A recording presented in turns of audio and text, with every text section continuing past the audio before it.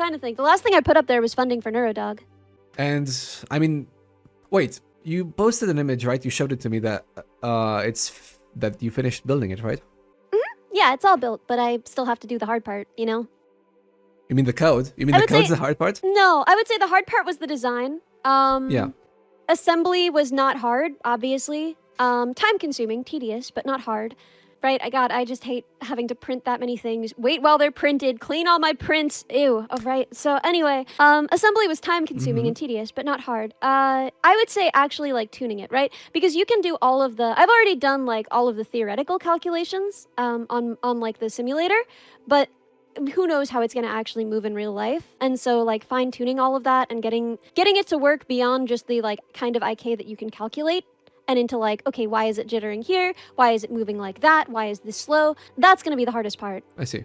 So basically, I thought you said you had a library for this. Yeah, I mean, I have a library for calculating basic locomotion, but again, this thing is its own thing, right? I designed this ground up. So there are calculations that you can make to figure out how it should walk, but there's no guarantee that that's actually how it's going to move. You're going to have to do a ton of fine tuning on your own. I see what you're saying. You also mentioned that you had it running in a simulation software pretty well. Yeah. Does that allow you to import your own models? Yeah. Oh. Well, if it's working in the simulation software, then surely...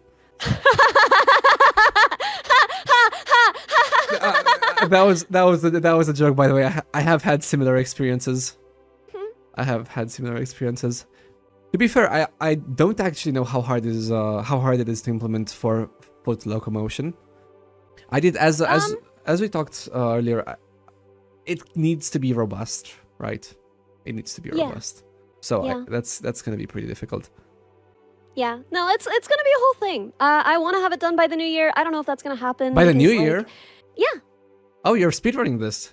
I mean, yeah, that was the plan. Oh. But like, I have no idea if that's gonna happen because, again, I work full time. I stream 3 times a week. I have like holidays that I have to plan for with my family. So I have no idea if it's gonna actually be done by the new year. But Vettel said that he wanted to start like working together on it early next year, like late January type deal. Yeah, very interested to see what comes out of this. Very interested to see.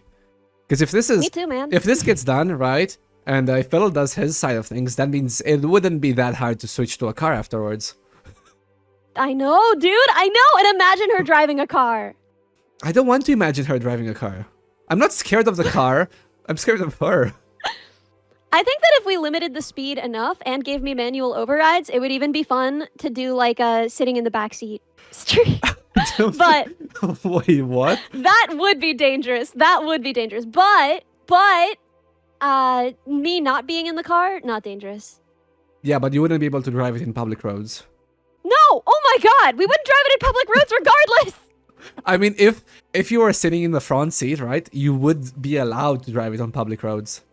But I wouldn't! but you could. You could. You would be legally allowed to, right? As long as you were the driver in the driver's seat.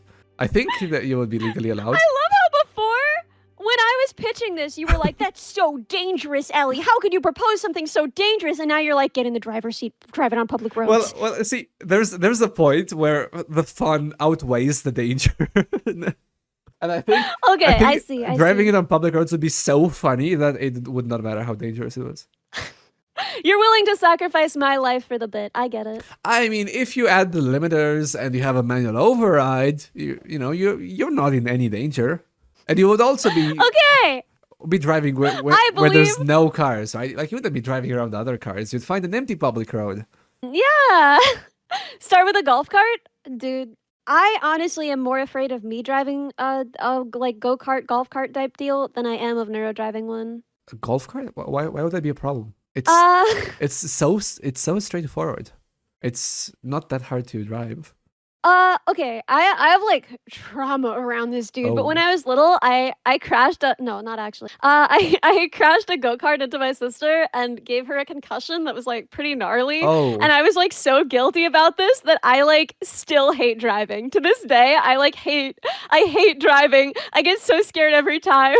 What was the context of that? Was your sister sitting in front of the go-kart, or did you direct the go-kart towards her? No, she was in Sorry. another go-kart and we crashed. Oh, okay. Okay. Hmm. And this happened at like what, 4 years old? Prediction? I want to say probably I was like 10. So this was after you learned how to solder. Oh yeah. So you can be trusted. You can be trusted with a soldering iron, but not with a golf cart. Dude, I'm so scared. To this day, any vehicle, even like bumper cars at the fair, I get like anxious about driving them. I'm just like, someone else should do this. So does that mean you don't have a driver's license? No, I do. I rarely make use of it. Driving is more dangerous than soldering? Yes, of course it is. Look up stats about how many people die soldering and how many people die driving. I mean, how Duh, do you, idiot! how do you even manage dying while soldering? How do you even manage Yeah, that? what are you doing with it? If you're dying from soldering, you're trying.